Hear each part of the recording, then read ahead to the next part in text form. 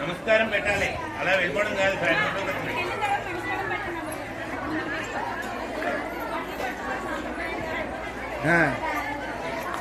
అక్కడ అది కూడా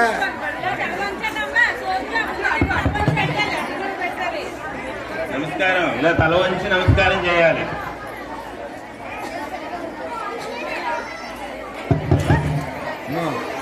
అమ్మాయి అటు నారీమణులందరూ కూడా చక్కటి వేషధారణతోటి మన ముందుకు వచ్చి మన సంప్రదాయాన్ని ఉట్టిపడేటట్టుగా మనకి కనువిందు చేశారు. అలాగే ఇప్పుడు పురుష పొంగవులు కూడా తమ యొక్క వేషధారణతోటి మన సంస్కృతి సంప్రదాయాలని మనందరికీ చవి చూపించడానికి మన ముందుకు వస్తున్నారు. వరుసగా వారిని కూడా మనం స్వాగతిద్దాం.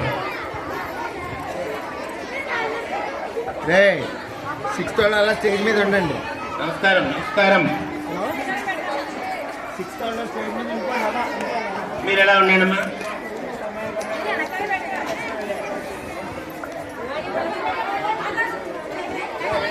అరే ఉండనా? పారిపోతారు.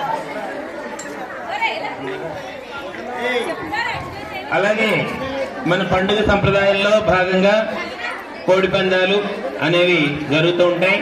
వాటిని కూడా మన ముందు చూపించడానికి మన విద్యార్థులు వచ్చారు. ఇదంతా కూడా పండగ అంటే ఏమిటి అనేది మనందరికీ కూడా విశదపరచడానికి, తెలియపరచడానికి కూడా ఇది మనం చేసేటువంటి ప్రయత్నం.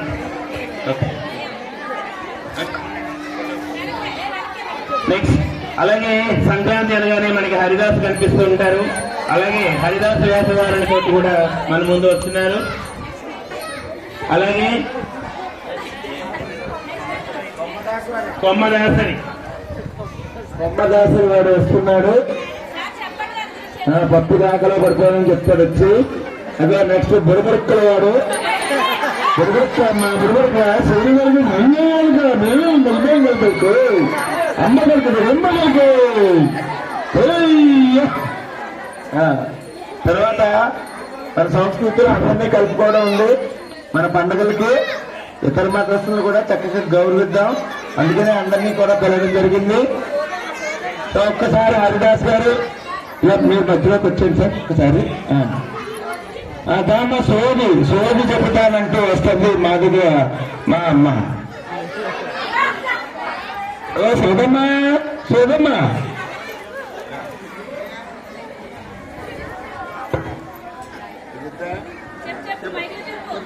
సోది చెబుతానమ్మ సోది, జరిగేది చెబుతాను, జరగబోయేది చెబుతాను.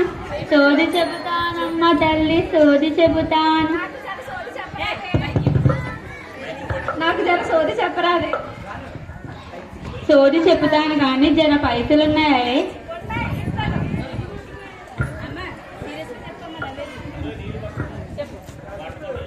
నువ్వు ఇచ్చాక నేను చెప్పాను ఇస్తానమ్మా. ముందు పైసలు పెట్టరాదే తల్లి. నువ్వు చెప్పిన తర్వాత నేను ఇస్తాను.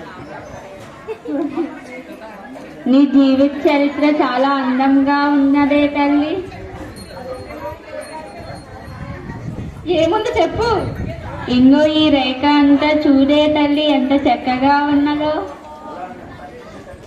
జీవితకాలంలో ఏ జరుగుతుందో చెప్పు మరి.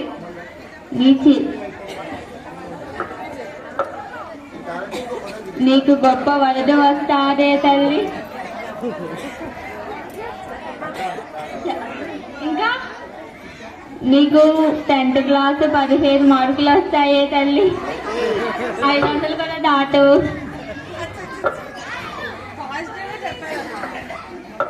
నా తనరేఖ ఎలా ఉందో చెప్పమా మరి. మేడం డబ్బులు ఇవ్వలేదు కదా,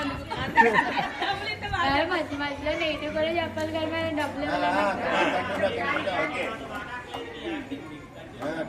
నా తనరేఖ ఎలా ఉందో చెప్పు మరి. నీ జనరేఖ చాలా అందముగా ఉన్నదే తల్లి. నీకు ఒక అక్క ఉన్నదే తల్లి.